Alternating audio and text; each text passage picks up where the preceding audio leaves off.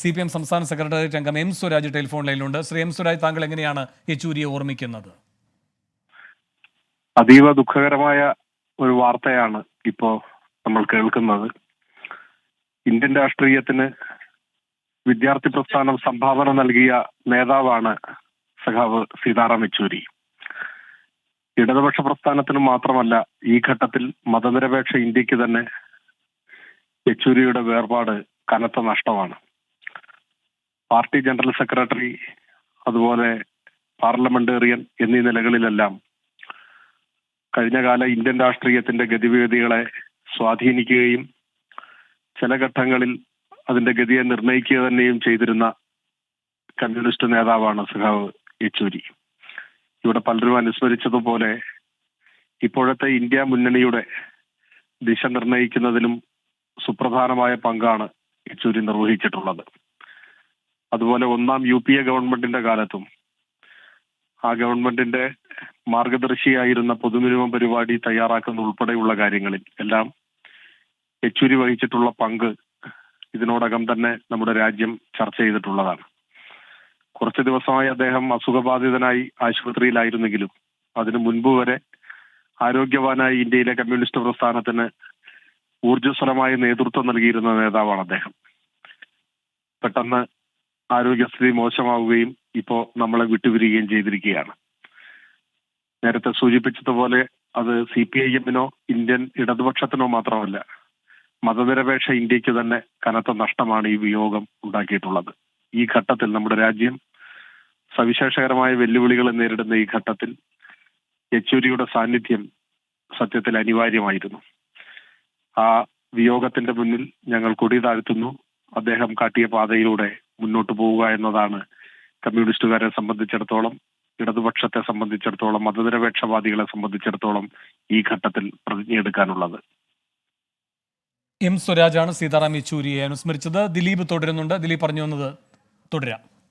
വേണു, അദ്ദേഹത്തിൻ്റെ വിവിധ ഭാഷകളിലുള്ള ഒരു പ്രാവീണ്യം അത് അദ്ദേഹത്തിനെയും അതോടൊപ്പം തന്നെ CPIM-നെയും പാർട്ടികളെയും ഒക്കെ ഈ അധികാരവുമായി ബന്ധപ്പെട്ട ചർച്ചകളിലൊക്കെ വളരെ സഹായിച്ചിട്ടുണ്ട്. അത് ഒന്ന് രണ്ട് ഉദാഹരണങ്ങൾ ഞാൻ പറയാം. ഒന്ന്, അദ്ദേഹം ഈ ഐക്യമുന്നണി സർക്കാരിൻ്റെ രൂപീകരണ കാലത്ത്, അതായത് ദേവഗൗഡ പിന്നീട് പ്രധാനമന്ത്രിയായി വരുന്ന ഘട്ടത്തിൽ, ആ ഘട്ടത്തിൽ ഇതുമായി ബന്ധപ്പെട്ട ചർച്ചകൾക്ക് DMK നേതാവ് കരുണാനിധിയാണ്, കലൈഞ്ചർ കരുണാനിധിയാണ്. അതോടൊപ്പം തന്നെ മറ്റു നേതാക്കൾ മുലായം സിംഗ് യാദവ്, ലാലു പ്രസാദ് യാദവ് തുടങ്ങിയ നേതാക്കളുമായൊക്കെ അവരവരുടെ ഭാഷയിൽ തന്നെ ചർച്ച ചെയ്യാൻ കഴിയുന്ന ഒരു നേതാവ്. അത് വളരെയധികം സഹായിച്ചിട്ടുണ്ട് ഈ ഐക്യമുന്നണി സർക്കാരിൻ്റെ രൂപീകരണത്തിന്. മറ്റൊരു കാര്യം, നേരത്തെ ഈ ചൈനയിൽ പോയ നേതാക്കൾ, CPIM-ൻ്റെ നേതൃതല സംഘം ചൈനയിൽ പോയിരുന്നു. ജ്യോതി ബസു, ഹർകിഷൻ സിംഗ് സുർജിത്ത്, P രാമമൂർത്തി തുടങ്ങിയ നേതാക്കളായിരുന്നു അവിടെ പോയിരുന്നത്. പക്ഷേ ഈ മൂന്ന് നേതാക്കളുമായും അവരവരുടെ ഭാഷയിൽ സംസാരിക്കാൻ യെച്ചൂരിക്ക് കഴിഞ്ഞു. അങ്ങനെ അടുത്ത ദിവസം ഇവർ ചൈനയിലെത്തി അടുത്ത ദിവസം ജ്യോതി ബസു പറഞ്ഞിട്ടുണ്ട് എന്നുള്ള ഒരു കഥയാണ് പ്രചരിച്ചിട്ടുള്ളത്.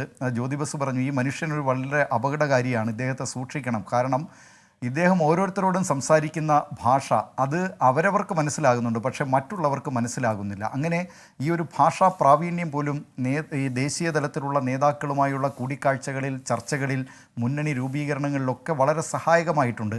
അതുമാത്രമല്ല, അദ്ദേഹം കോൺഗ്രസ് അധ്യക്ഷയായിരുന്ന സോണിയാഗാന്ധി, അതോടൊപ്പം തന്നെ രാഹുൽ ഗാന്ധി എന്നിവരോടൊക്കെ വളരെ അടുത്ത ബന്ധം പുലർത്തിയിരുന്ന നേതാവായിരുന്നു സീതാറാം യെച്ചൂരി. പല ഘട്ടങ്ങളിലും ഇവർ സീതാറാം യെച്ചൂരിയുടെ ഉപദേശങ്ങൾ തേടിയിട്ടുണ്ട്. അതിൽ പ്രധാനം 2004 UPAക്ക് ഭൂരിപക്ഷം ലഭിച്ചപ്പോൾ അന്ന് രാഷ്ട്രപതിയായിരുന്ന APJ അബ്ദുൽ കലാമിനെ കണ്ടതിനു ശേഷം സോണിയാഗാന്ധി ആദ്യം വിളിച്ചത് സീതാറാം യെച്ചൂരിയാണ്. സീതാറാം യെച്ചൂരിയെ വിളിച്ചത് ഹർകിഷൻ സിംഗ് സുർജിത്തുമായുള്ള കൂടിക്കാഴ്ച, അതിന് വേണ്ട ക്രമീകരണം ചെയ്യണം എന്ന് അഭ്യർത്ഥിച്ചുകൊണ്ടാണ്. അങ്ങനെ സുർജിത്തിൻ്റെ വസതിയിലേക്ക്, സുർജിത്ത് അന്ന് അസുഖബാധിതനായി കഴിയുകയാണ്. സുർജിത്തിനോടാണ് ആദ്യം വന്ന് സോണിയാഗാന്ധി താൻ പ്രധാനമന്ത്രി സ്ഥാനത്തേക്കില്ല എന്ന കാര്യം പറയുന്നത്. അപ്പോൾ തന്നെ സുർജിത്ത് ആ കിടക്കയിൽ നിന്ന് ചാടി എഴുന്നേറ്റ് എന്താണ് പറയുന്നത് എന്ന അത്ഭുതത്തോടെ ചോദിച്ചുകൊണ്ട്. അപ്പോൾ സോണിയാഗാന്ധി കാര്യം പറഞ്ഞു. പുറത്തു വന്ന് സുർജിത്തിൻ്റെ വീടിന് മുന്നിൽ നിന്നാണ് സോണിയാഗാന്ധി താൻ പ്രധാനമന്ത്രി സ്ഥാനത്തേക്കില്ല എന്ന കാര്യം പ്രഖ്യാപിക്കുന്നത്. അങ്ങനെ സീതാറാം യെച്ചൂരിയുമായി വളരെ അടുത്ത ബന്ധം. അതുമാത്രമല്ല, ഒരിക്കൽ ജയറാം രമേശ് വാർത്താ സമ്മേളനത്തിൽ പറഞ്ഞിട്ടുണ്ട്, ഈ സീതാറാം യെച്ചൂരി CPIM-ൻ്റെ ജനറൽ സെക്രട്ടറിയായി തിരഞ്ഞെടുക്കപ്പെട്ട ആ സമയത്ത് ജയറാം രമേശ് പറഞ്ഞത്, കോൺഗ്രസിൻ്റെ CPIM ജനറൽ സെക്രട്ടറിയാണ് സീതാറാം യെച്ചൂരി എന്നാണ്.